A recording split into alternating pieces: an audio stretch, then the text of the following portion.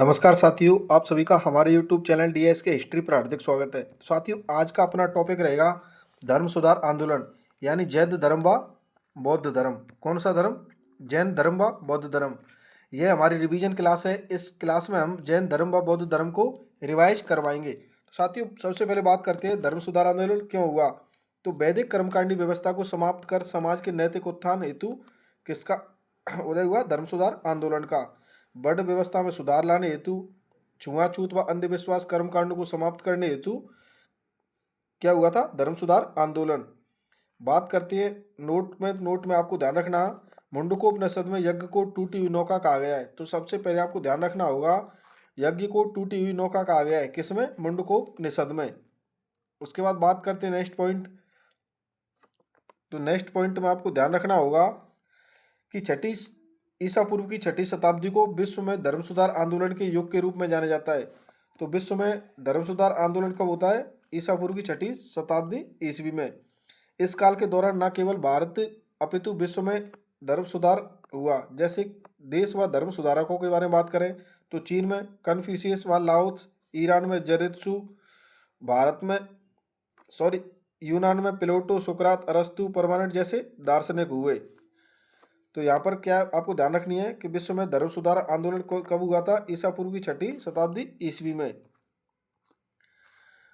अब बात करते हैं भारत में। तो भारत में आपको ध्यान रखना होगा, महावीर व गौतम बुद्ध हुए। तो दोनों ही कौन थे? क्षत्रिय।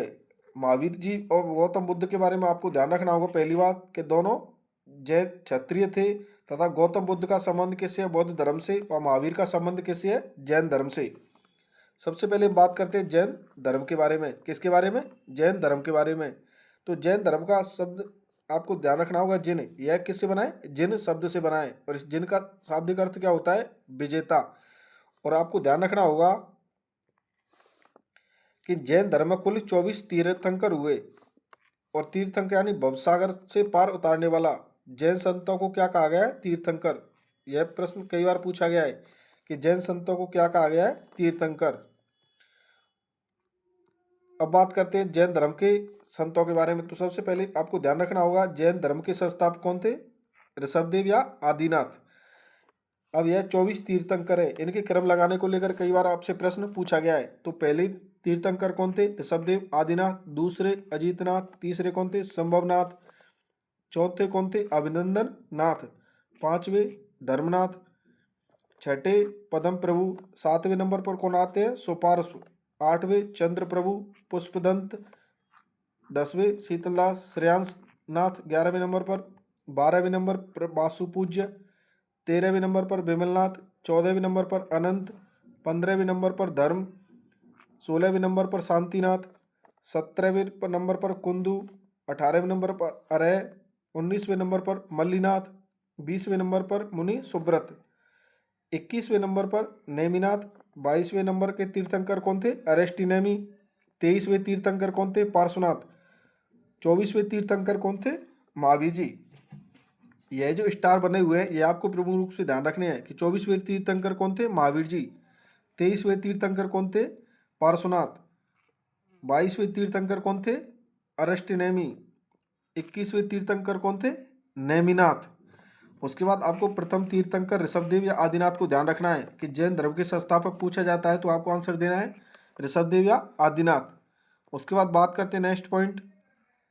तो नेक्स्ट पॉइंट में आपको नोट कर ध्यान रखना होगा, ऋग्वेद में 2 जैन तीर्थंकरों का उल्लेख हुआ है, यानी ऋषभदेव व अरेस्टिनेमी का। आपसे पूछा जा सकता है कि ऋग्वेद में उल्लेखित 2 जैन तीर्थंकर, तो आपको आंसर देना है ऋषभदेव, आदिनाथ व अरेस्टिनेमी। ऋग्वेद व यजुर्वेद दोनों में केवल किसका उल्लेख हुआ है? ऋषभदेव का। यानी किसका उल्लेख हुआ है? ऋषभदेव का। कहाँ पर उल्लेख मिलता है? ऋग्वेद व यजुर्वेद में। उसके बाद आपको ध्यान रखना है कि भागवत पुराण व विष्णु पुराण में ऋषभदेव का उल्लेख भगवान विष्णु के अवतार के रूप में किया गया है। किसके रूप में? भगवान विष्णु के रूप में। तो यहाँ से हमने 2-3 प्रश्न देखे कि ऋग्वेद में उल्लेखित जैन तीर्थंकर कौन कौन से थे। तो आपको ध्यान रखना है ऋषभदेव, आदिनाथ या अरेस्टिनेमी। और ऋग्वेद व यजुर्वेद में दोनों का उल्लेख है। दोनों में किसका उल्लेख है? ऋषभदेव का। और ऋषभदेव का उल्लेख भगवत पुराण व विष्णु पुराण में किसके रूप में हुआ है? भगवान विष्णु के अवतार के रूप में। साथियों यहाँ से कई बार आपसे प्रश्न सीधा सीधा पूछा जा चुका है। अब बात करते हैं पहले तीर्थंकर ऋषभदेव के बारे में। तो ऋषभदेव के बारे में आपको पहला पॉइंट ध्यान रखना है कि यह जैन धर्म के संस्थापक थे और इनका जन्म कहाँ पर होता है? अयोध्या में। इस जन्म के प्रश्न कई बार पूछा गया है। और जैन धर्म के संस्थापक कौन थे? तो आपको आंसर देना है ऋषभदेव। इनका जन्म कहाँ पर होता है? अयोध्या में। इनके पिता का नाम था नाभीनाथ, माता का नाम था मारुदेवी। और इनके वंश को लेकर प्रश्न पूछा गया है। तो इक्ष्वाकु वंश यानी क्षत्रिय वंश के राजा थे। कौन? ऋषभदेव। इनकी पत्नियों के नाम आपको ध्यान रखने हैं, यशावती या सुनंदा। और इनकी संतानें थी 100 पुत्र थे व 2 पुत्रियां थी। और इनके 2 महान पुत्र हुए, भरत व बाहुबली। भरत सबसे प्रतापी राजा था। तो यहाँ से आपको 3-4 पॉइंट ही ध्यान रखने हैं कि इनका जन्म कहाँ पर हुआ? अयोध्या में। और जैन धर्म के संस्थापक थे और इनका वंश कौन सा था। बाकी अन्य बात तो आपको ध्यान रखनी ही रखनी है, लेकिन जो यह मैं बता रहा हूँ यह आपको विशेष रूप से ध्यान रखनी है। 3 बातें। अब बात करते हैं नेक्स्ट पॉइंट पार्श्वनाथ के बारे में। पार्श्वनाथ के बारे में आपको ध्यान रखना होगा कि इनका जन्म कहाँ पर होता है? काशी या वाराणसी में। तो यह काशी के राजा अश्वसेन के पुत्र थे। यह कौन थे? काशी के राजा अश्वसेन के पुत्र थे। इनकी माता का नाम था बामा देवी। इन्होंने गृह त्याग कितनी उम्र में किया? 30 वर्ष की आयु में। 83 दिन की कठोर तपस्या के बाद समेत पर्वत झारखंड पर ज्ञान प्राप्ति हुई। आपको ध्यान रखना है पार्श्वनाथ का संबंध किससे है? समेत पर्वत से, जो कि कहाँ पर स्थित है? झारखंड में। यानी पार्श्वनाथ को ज्ञान प्राप्ति कहाँ पर होती है? तो आपको आंसर देना है समेत पर्वत पर। और यह गृह त्याग कितनी उम्र में करते हैं? 30 वर्ष की आयु में गृह त्याग कर देते हैं। और यह कौन से तीर्थंकर थे? तो पार्श्वनाथ के बारे में आपको ध्यान रखना होगा कि यह 23वें तीर्थंकर थे। उसके बाद आपको पार्श्वनाथ के बारे में और भी पॉइंट ध्यान रखने हैं कि पार्श्वनाथ ने जैन धर्म को 4 शिक्षाएं या अणुव्रत दिए। तो 4 शिक्षाएं या अणुव्रत कौन कौन से? अहिंसा, सत्य, अस्तेय व अपरिग्रह। इनका प्रतिपादन किसने किया? पार्श्वनाथ ने। किसने? पार्श्वनाथ जी ने। पार्श्वनाथ भगवान विष्णु से 250 वर्ष पूर्व हुए थे। यह पॉइंट भी आपको विशेष रूप से ध्यान रखना है। और पार्श्वनाथ जी का कथन था कि धर्म ऐसा ना हो जिसमें दया ना हो। आपको यहाँ से 2-3 बातें ध्यान रखनी है कि इनके द्वारा 4 शिक्षाएं कौन कौन सी दी गई? अहिंसा, सत्य, अस्तेय व अपरिग्रह। किनके द्वारा दिए गए? पार्श्वनाथ के द्वारा। और यह महावीर से कितने वर्ष पूर्व हुए? 250 वर्ष पूर्व हुए। और पार्श्वनाथ जी का प्रमुख कथन था कि धर्म ऐसा ना हो जिसमें दया ना हो। उसके बाद बात करते हैं नेक्स्ट पॉइंट कि वज्र संघ के राजा सिद्धार्थ, जो कि महावीर के पिता थे, पार्श्वनाथ की शिक्षाओं में विश्वास करते थे। यानी महावीर जी के पिता का नाम क्या था? सिद्धार्थ। और यह पार्श्वनाथ की शिक्षाओं में विश्वास करते थे। पार्श्वनाथ महावीर से लगभग 250 वर्ष हुए, जैसे हम बात कर चुके हैं पहले पॉइंट में। पार्श्वनाथ के शिष्यों को निर्ग्रंथ कहा जाता है। तो पार्श्वनाथ के शिष्यों को क्या कहा जाता है? यह पॉइंट यहाँ से आपको ध्यान रखना है। निर्ग्रंथ कहा जाता है। निर्ग्रंथ का अर्थ यानी बंधनों से मुक्त। क्या? बंधनों से मुक्त। तो यहाँ से आपको 2-3 पॉइंट मिल गए कि महावीर के पिता थे जो सिद्धार्थ, यह पार्श्वनाथ की शिक्षाओं में विश्वास करते थे। और पार्श्वनाथ के शिष्यों को क्या कहा गया है? निर्ग्रंथ कहा गया है। साथियों यह रिवीजन क्लास है, इसमें हम पॉइंट टू पॉइंट बात करेंगे। इसे आप कंप्लीट देखें। और मैं आपको बताना चाहूँगा जो भी टॉपिक आपको समझ नहीं आ रहा है या जो भी प्रश्न बुक्स पढ़ने में आपको प्रॉब्लम होती है, तो यह हमारी क्लास कंप्लीट देखना। उसके बाद आप कोई भी ऑब्जेक्टिव प्रश्न लगा के देखना, आपका रिजल्ट 90% रहेगा। क्योंकि हम मोटा मोटा पूरा टॉपिक पहले लिखते हैं, उसके बाद रिवाइज करवाती है, तो काफ़ी मेहनत लगती है। तो साथियों आपका भी फर्ज बनता है इस क्लास को आप अपने अन्य साथियों तक शेयर जरूर करेंगे। और कमेंट में आप जरूर बताया करें कि आपको यह हमारी क्लास कैसी लगी। साथियों बात करते हैं महावीर के बारे में। तो महावीर के जन्म को लेकर 2 डेट मिलती हैं कि 540 ईसा पूर्व से 468 ईसा पूर्व व 599 से 527। तो यह 540 से 468 ईसा पूर्व वाली यह प्रमाणिक मानी जाती है। महावीर जी के पिता कहाँ से थे? वज्जी संघ से। और इनके गोत्र के यानी जातक गढ़ के मुखिया थे। इनका नाम था सिद्धार्थ। और बात करते माता की, माता का नाम था त्रिशला। क्या था? महावीर स्वामी की माता का नाम क्या था? त्रिशला। यह भी ध्यान रखनी है। यह वैशाली के लिच्छवी के वंश के राजा चेटक की बहन थी। यह भी प्रश्न पूछा गया है कि त्रिशला कौन थी? तो वैशाली के लिच्छवी वंश के राजा चेटक की बहन थी। बात करते हैं महावीर के भाई के बारे में। तो महावीर जी के भाई का नाम था नंदी बर्धन। क्या था? नंदी बर्धन। उसके बाद बात करते हैं नेक्स्ट पॉइंट। नेक्स्ट पॉइंट आपको ध्यान रखना होगा कि महावीर जी का जन्म कहाँ पर हुआ था। यह पॉइंट कई बार पूछा गया है। तो कुंडग्राम, जो कि कहाँ पर स्थित है? वैशाली के निकट। बात करें महावीर स्वामी के बचपन के नाम के बारे में, तो इनका बचपन का नाम था वर्धमान। बात करें पत्नी के नाम यशोदा था, इनकी पुत्री का नाम था प्रियदर्शना। पिता की मृत्यु के बाद 30 वर्ष की आयु में अपने बड़े भाई नंदीवर्धन की आज्ञा लेकर गृह त्याग कर दिया। किसने? महावीर स्वामी ने।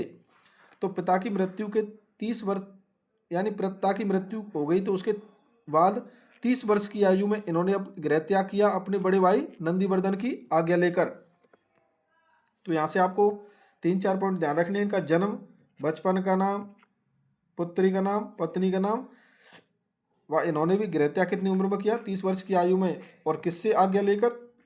तो आपको आंसर देना है अपने बड़े भाई नंदीवर्धन की आज्ञा लेकर। उसके बाद आपको नेक्स्ट ध्यान रखना है कि इनके महावीर के बारे में, प्रारंभिक जीवन के बारे में जानकारी कहाँ मिलती है? कल्पसूत्र में। कहाँ पर मिलती है? कल्पसूत्र में। और कल्पसूत्र के लेखक कौन थे? भद्रबाहु।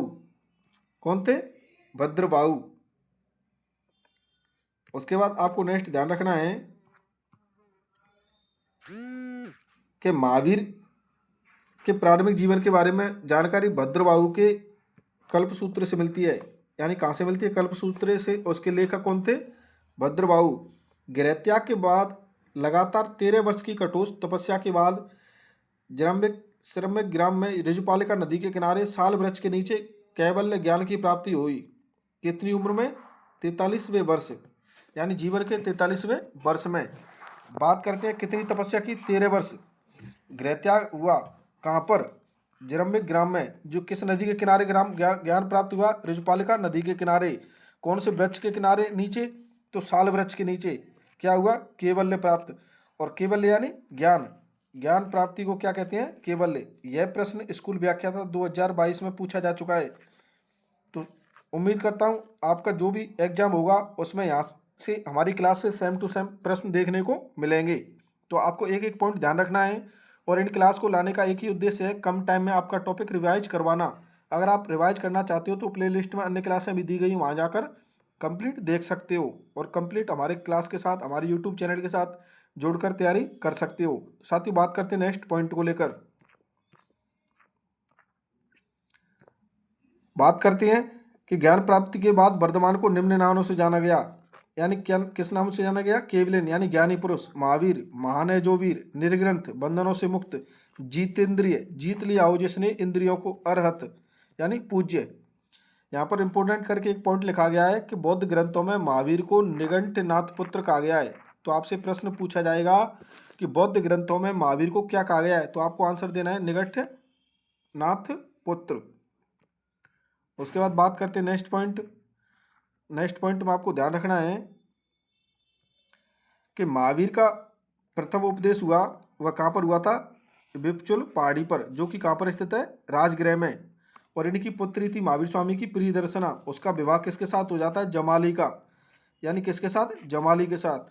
आपसे पूछा जाए महावीर का प्रथम शिष्य कौन था? तो इनका दामाद था जमाली, यही इनका प्रथम शिष्य था।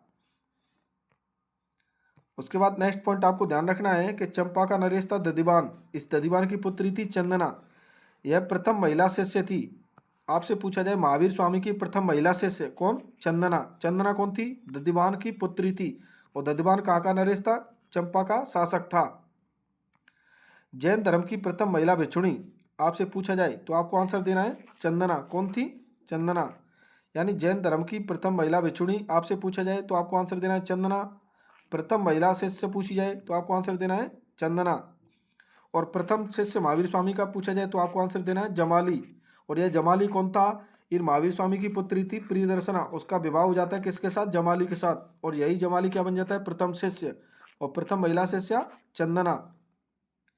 और यहाँ से एक पॉइंट आपको ऊपर मैंने बता चुका हूँ कि प्रथम उपदेश यह कहाँ पर दिया? विपचुल पहाड़ी पर, जो कि कहाँ पर स्थित है? राजगृह में। तो यहाँ से आपको 3 पॉइंट इंपोर्टेंट मिले कि महावीर स्वामी का प्रथम उपदेश कहाँ पर हुआ? विपचुल पहाड़ी पर, जो कि कहाँ पर स्थित है? राजगृह में।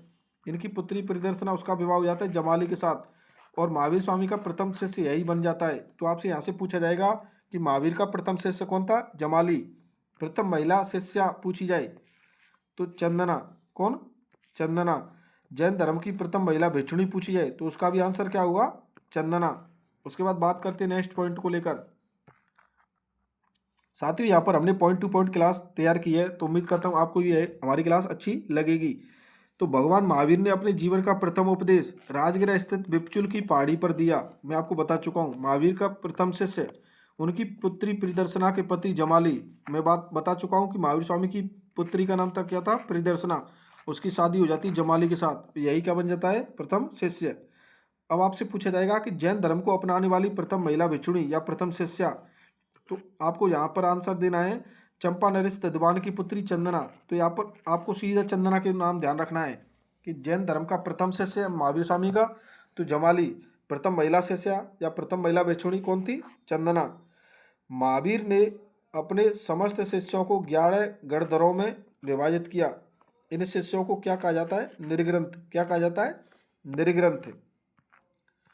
उसके बाद आपको ध्यान रखना है कि 11 गणधरों में विभाजित किया तो 10 गणधर क्या है? महावीर स्वामी की मृत्यु के समय तक मर चुके थे, उनकी मृत्यु हो चुकी थी। तो मृत्यु यानी निर्वाण के समय कौन एकल केवल बचा था? आर्य सुधर्मण। कौन? किस नाम का गणधर बचा था जिंदा उस समय? आर्य सुधर्मण। इसे प्रथम थेरा या उपदेशक कहा जाता है। किसे? आर्य सुधर्मण को।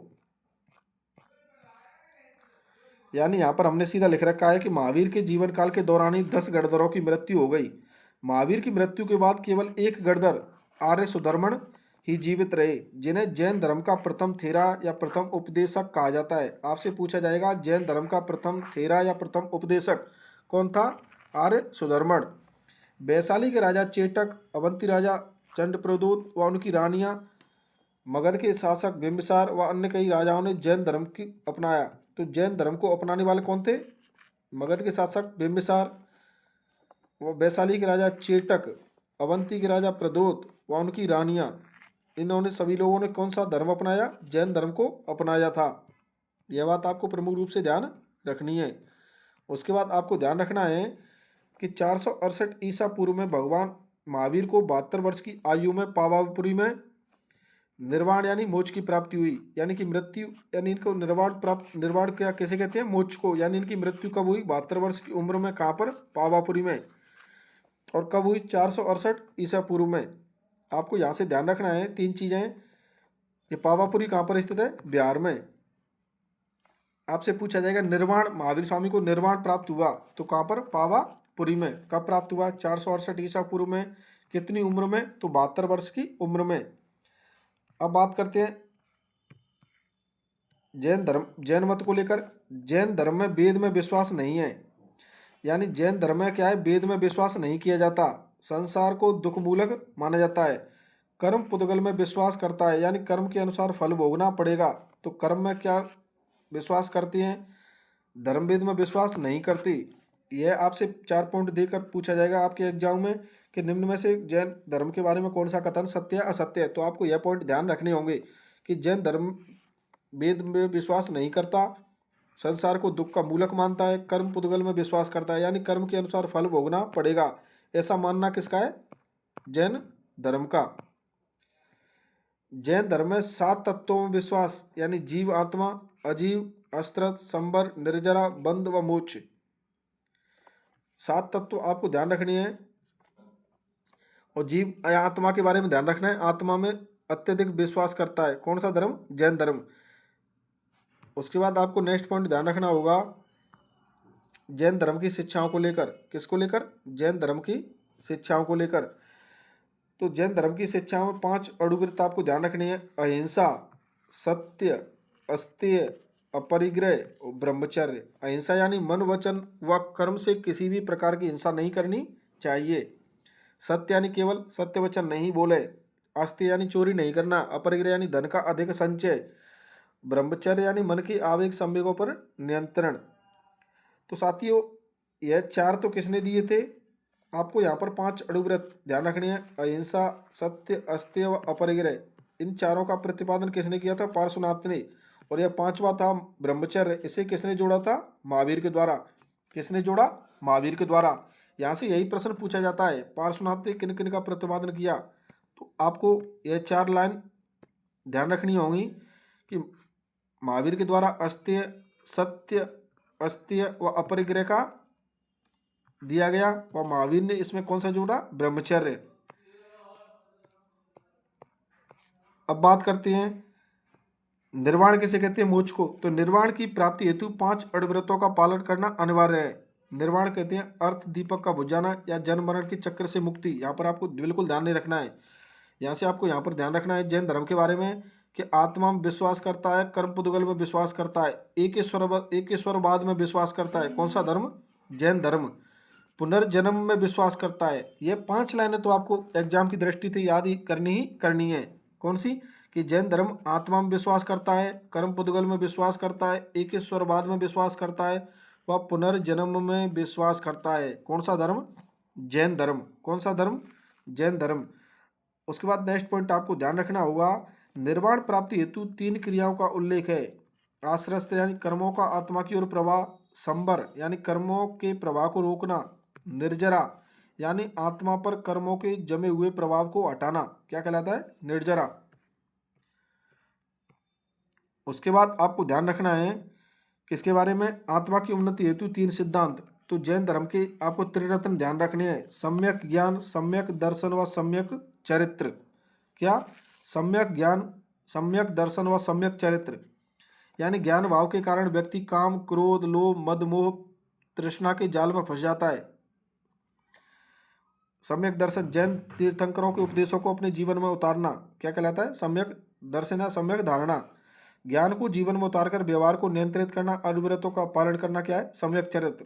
तो आपको यहाँ से सारी बातें ध्यान ना रखना कर, सिर्फ आपको 3 सिद्धांत या त्रिरत्न ध्यान रखनी है, सम्यक ज्ञान, सम्यक दर्शन व सम्यक चरित्र। उसके बाद बात करते हैं नेक्स्ट पॉइंट को लेकर, जैन धर्म के अनुयायियों को लेकर। तो जैन धर्म के 4 प्रकार के अनुयायी पाए जाते हैं, भिक्षुक, भिक्षुणी, श्रावक, श्रावकी। तो जीवन पर्यंत ब्रह्मचर्य का पालन करते हुए जैन धर्म का प्रचार करने वाले लोग कौन? भिक्षुक व भिक्षुणी। यानी जीवन पर्यंत ब्रह्मचर्य का पालन करने वाले कौन कहलाते थे? भिक्षुक व भिक्षुणी। और यह 5 अणुव्रतों का पालन करते थे जो पार्श्वनाथ व महावीर स्वामी के द्वारा दिए गए थे ना, सत्य, अहिंसा, अपरिग्रह, अस्तेय व ब्रह्मचर्य। उन सभी 5 का पालन कौन करते थे? भिक्षुक व भिक्षुणी। और यह जीवन पर्यंत ब्रह्मचर्य का पालन करते व जैन धर्म का प्रचार प्रसार करने का कार्य करते। बात करते हैं श्रावक व श्रावकी। तो गृहस्थ जीवन यापन करते हुए जैन धर्म का प्रचार प्रसार करने वाले लोग। और यह 4 अणुव्रतों का पालन अनिवार्य था इनके लिए। किसको छोड़कर? ब्रह्मचर्य को छोड़कर। तो गृहस्थ वाले कौन क्या कहलाते? श्रावक, श्रावणी। बस समर्पित होकर पूरे जीवन भर जैन धर्म का प्रचार करने वाले, ब्रह्मचर्य का पालन करने वाले लोग क्या कहलाते हैं? भिक्षुक व भिक्षुणी। ये बात आपको ध्यान रखनी होगी। अब बात करते हैं, यहाँ से इंपॉर्टेंट प्रश्न बन ही जाता है कि जैन संगीतियों से लेकर। तो जैन संगीति कहाँ पर हुई? पाटलिपुत्र में। कब हुई? 300 ईसी पूर्व में। किसके शासनकाल में? चंद्रगुप्त मौर्य के शासनकाल में। नेक्स्ट पॉइंट आपको ध्यान रखना होगा, 312 ईसा पूर्व के आसपास मगध में अकाल पड़ा। इस समय जैन धर्म की बागडोर दो लोगों में कौन कौन के नाम आते हैं? तो भद्रबाहु व संभूति विजय यानी स्थूल भद्र। इस समय जैन धर्म की बागडोर 2 लोगों के हाथों में थी। किसके किसके? स्थूल भद्र, जो भद्रबाहु व स्थूल भद्र के समय।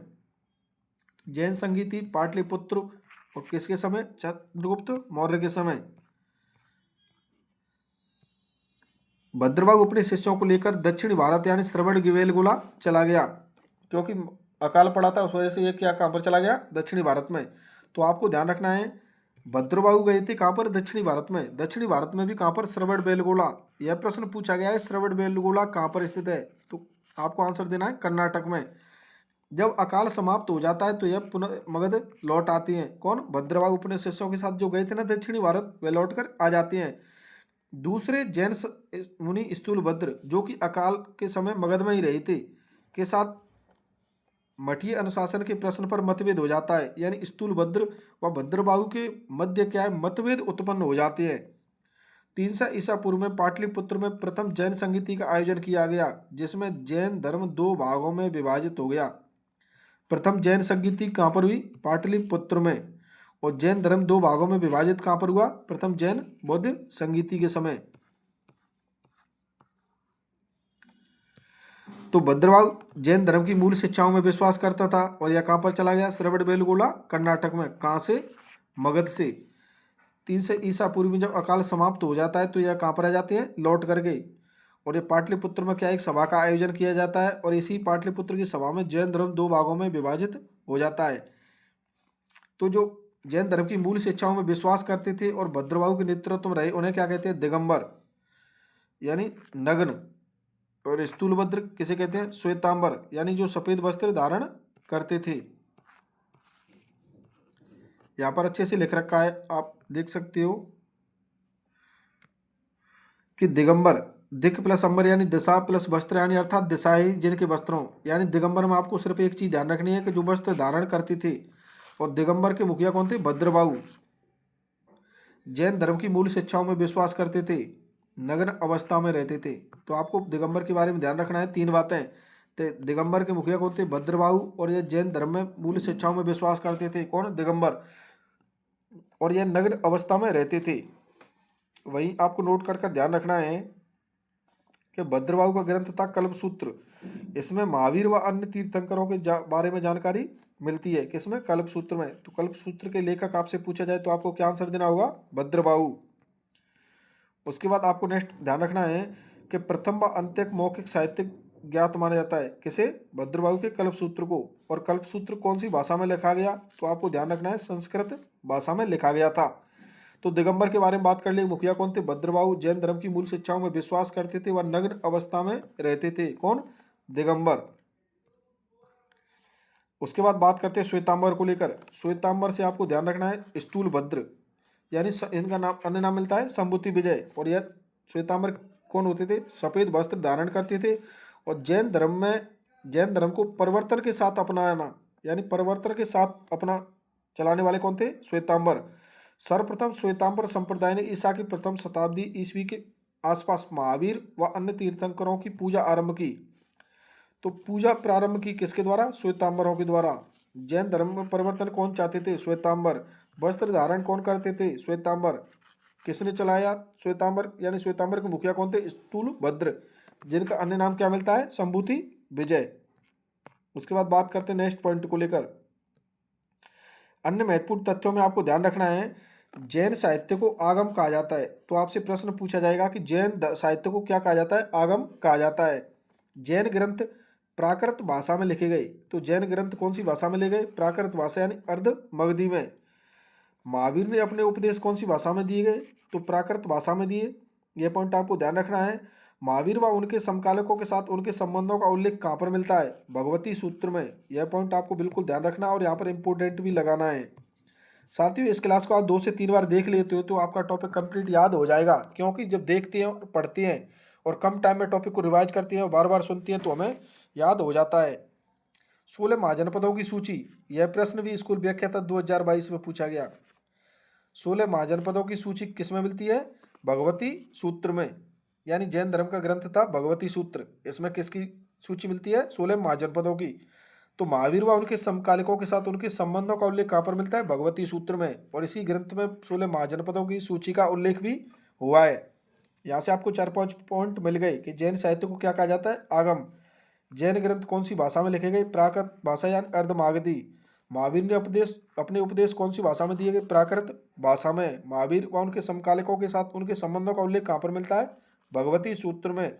और इसी भगवती सूत्र में 16 महाजनपदों की सूची भी मिलती है। यह पॉइंट आपको ध्यान रखनी है। उसके बाद आपको ध्यान रखना है कि श्रवणबेलगोला स्थित गौतमेश्वर यानी भद्रवाहु की मूर्ति का निर्माण गंगवंश के शासक राजमल चतुर्थ के मंत्री चामुंडराय के द्वारा करवाया गया। यानी इनकी भद्रवाहु की मूर्ति का निर्माण किसके द्वारा करवाया गया? राजमल चतुर्थ के मंत्री चामुंडराय के द्वारा। यह 57 फीट ऊंची प्रतिमा है, जिस पर प्रत्येक 12 वर्ष बाद दुग्धाभिषेक होता है। दक्षिण भारत में जैन मठों को वसादी या वसादिस कहा जाता है। तो आपको सिर्फ यहाँ से 2 बात ध्यान रखनी है कि दक्षिण भारत में जैन मठों को क्या कहा जाता है? वसादिस या वसादी। और भद्रबाहु की 57 फीट ऊंची प्रतिमा कहाँ पर स्थित है? श्रवण बेलगोला में। और इसका निर्माण किसके द्वारा करवाया गया? चामुंडराय के द्वारा। और यह चामुंडराय कौन था? राजमल चतुर्थ, यानी गंगवंश के शासक थे राजमल चतुर्थ। इनका मंत्री था कौन? चामुंड राय। तो साथियों इंपोर्टेंट पॉइंट देखने का हम कार्य कर रहे हैं। अब यहाँ पर एक अन्य पॉइंट देखते हैं आजीवक धर्म को लेकर। यहाँ से भी प्रश्न बार बार पूछा जाता है। तो आजीवक धर्म के संस्थापक कौन थे? मोगलीपुत्र गौसाल। प्रारंभ में गौसाल महावीर के मित्र व अनुयायी थे। तो यह गौसाल कौन थे? महावीर के मित्र व अनुयायी। परंतु बाद में दोनों में मतभेद उत्पन्न होने के कारण आजीवक धर्म की स्थापना की। और यह नियतिवाद या भाग्यवाद में विश्वास करती है। तो आजीवक धर्म के बारे में आपको 3 पॉइंट ध्यान रखने हैं कि आजीवक धर्म के संस्थापक कौन थे? मोगलीपुत्र गौसाल। और यह मोगलीपुत्र गौसाल कौन थे? महावीर के मित्र व अनुयायी थे। और महावीर व इन दोनों में मतभेद उत्पन्न हो गया, तो इन्होंने जाकर कौन सा धर्म चलाया? आजीवक धर्म। और आजीवक धर्म के बारे में एक महत्वपूर्ण पॉइंट आपको यह ध्यान रखना है कि नियतिवाद व भाग्यवाद में विश्वास करते थे कौन? आजीवक धर्म को अपनाने वाले लोग। अब साथियों आपको ध्यान रखना होगा यहाँ से इंपोर्टेंट पॉइंट कि जैन धर्म में 8 शुभ चिन्ह माने गए हैं, जिन्हें अष्टमंगलम कहा जाता है। जिन्हें क्या कहा जाता है? जिन्हें अष्टमंगलम कहा जाता है। अष्टमंगलम में 8 शुभ चिन्ह कौन कौन से थे? स्वास्तिक, सीसा, कलश, लकड़ी की गद्दी व 2 मीन या मछली,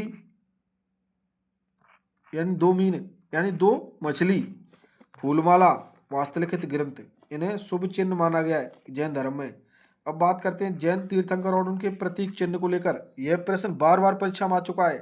तो यहाँ पर हम आपको इम्पोर्टेंट जैन तीर्थंकरों के प्रतीक चिन्हों के बारे में ही बताएंगे। आपको ध्यान रखना है ऋषभदेव या आदिनाथ का प्रतीक चिन्ह क्या था? वृषभ यानी बैल। नेमिनाथ का क्या था? शंख। पार्श्वनाथ का क्या था? सर्पफण। महावीर का क्या था? सिंह। तो यहाँ से आपको एक बार पुनः देखना है कि ऋषभदेव या आदिनाथ का प्रतीक चिन्ह क्या था? वृषभ यानी बैल। नेमिनाथ का क्या था? शंख। पार्श्वनाथ का क्या था? सर्पफण। महावीर का क्या था? सिंह। उसके बाद आपको ध्यान रखना है कि जैन धर्म की द्वितीय संगीति का आयोजन कब हुआ? 512-13 ईस्वी में। कहाँ पर? गुजरात के वल्लभी नगर में। द्वितीय जैन संगीति कहाँ पर हुई? वल्लभी नगर, गुजरात में। और इसकी अध्यक्षता किसने की? देवदर्दिनी यानी श्रमा श्रवण। देवदर्दिनी या श्रमा श्रवण के द्वारा। जैन धर्म में अनेकांतवाद का सिद्धांत प्रचलित है। आपको ध्यान रखना है अनेकांतवाद का सिद्धांत कौन से धर्म से संबंधित है? जैन धर्म से। और इसे स्यादवाद या सप्तभंगी सिद्धांत भी कहा जाता है। तो स्यादवाद, सप्तभंगी सिद्धांत, अनेकांतवाद एक ही है। और इन सभी का सिद्धांत किससे संबंधित है? जैन धर्म से संबंधित है। सप्तभंगी सिद्धांत यानी इसके अनुसार प्रत्येक वस्तु को 7 प्रकार से परिभाषित किया जा सकता है। तो आपको ध्यान रखना है अनेकांतवाद, जिसे क्या कहते हैं? स्यादवाद या सप्तभंगी सिद्धांत, इनका संबंध किससे? जैन धर्म से। और यहाँ पर द्वितीय बौद्ध जैन संगीति का बारे में हम देखा था, कहाँ पर हुई? वल्लभी नगर, गुजरात में। कब हुई? 512-13 ईस्वी में। इसकी अध्यक्षता किसने की? देवदर्दिनी यानी श्रमा श्रवण के द्वारा। इस अध्यक्षता को आप विशेष रूप से ध्यान रखना और इस जगह को। साथियों बात करते हैं नेक्स्ट पॉइंट को लेकर। साथियों यहाँ पर हम जैन धर्म कंप्लीट कर चुके हैं। कौन सा धर्म कंप्लीट कर चुके हैं? जैन धर्म कंप्लीट कर चुके हैं। अगर आप हमारी क्लास को यह बोल रहे हो कि साथ आपके द्वारा यह कंप्लीट क्लास जैन धर्म जो टीचर मात्र 3-3 घंटे इस टॉपिक में ख़त्म कर देते हैं, और इसी क्लास को, इसी टॉपिक को हमने 30 से 35 मिनट में आपको रिवाइज करवाया है। और इसी प्रकार आगामी भारतीय इतिहास, विश्व इतिहास, राजस्थान इतिहास, राजस्थान की कला संस्कृति, राजस्थान का भूगोल, यानी अन्य तमाम विषयों की ऐसी क्लास आपको उपलब्ध होती रहे। तो आप इसमें कमेंट करें और आप बताएं कि आपको क्लास कैसी लगी। और क्लास की कोई 2 कमियां मुझे पर्सनल मेरे व्हाट्सएप नंबर पर मैसेज करेंगे। मेरा व्हाट्सएप नंबर आप सभी के पास उपलब्ध है 89 55 45 90 34। इसमें आप मुझे मेरी 2 कमियां बताएंगे कि सर यह सुधार किया जाए तो यह क्लास और भी बेस्ट हो जाएगी। और ओनली मैसेज करेंगे, कोई सीधा कॉल नहीं करेगा। ओनली क्या करेंगे? मैसेज।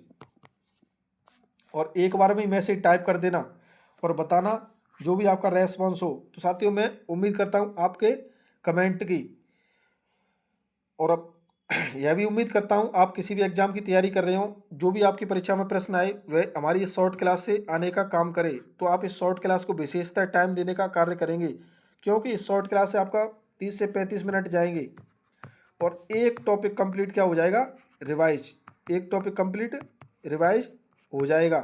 तो साथियों 30 से 35 मिनट तो हम कुछ भी करते रहते हैं। जब आप कोई भी काम कर रहे हो इस क्लास को चला कर रख लीजिए और कंप्लीट सुनिए। इससे आपका कुछ खर्च तो नहीं हो रहा, लेकिन आपको कुछ ना कुछ आपके कानों में जो आवाज़ जाएगी आपको देखने को मिलेगा, कुछ ना कुछ आपको याद होगा। तो साथियों उम्मीद करता हूँ आपको हमारी यह क्लास अच्छी लगी होगी। तो साथियों आज के लिए इतना ही काफ़ी है। मिलते हैं नेक्स्ट क्लास में कौन से टॉपिक के साथ, बौद्ध धर्म के साथ। कौन सा टॉपिक रहेगा नेक्स्ट क्लास का हमारा, बौद्ध धर्म।